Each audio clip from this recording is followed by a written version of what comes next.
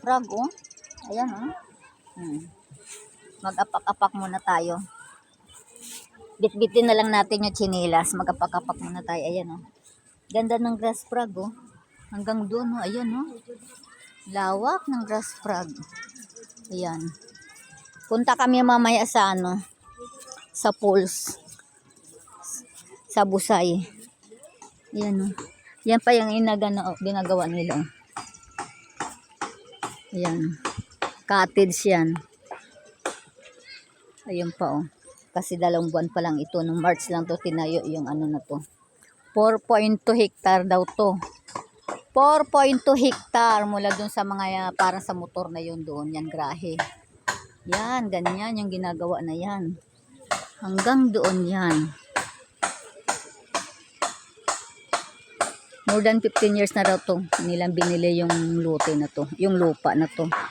Yung hectare na to. Ayan, oh, dati bakahan daw to dito. Tapos ngayon, yung kapatid niya, binili niya. Tapos, tinayuan ng resort. Kaya lang, the problem is, yan, yung mountain na yan ay nakalbo na, ginagawang kaingin.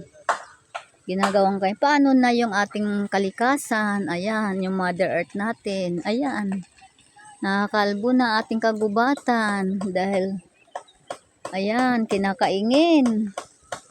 Kawawa naman si Mother Earth, yung tirahan ng ating mga animals. Wala na. Sana pag nagputol sila, ginagawa nila kasing uling, eh. Sana pag pinuputol nila, ano, no, tinataniman agad para may kapalit. Ayan, no, kalbo na, oh.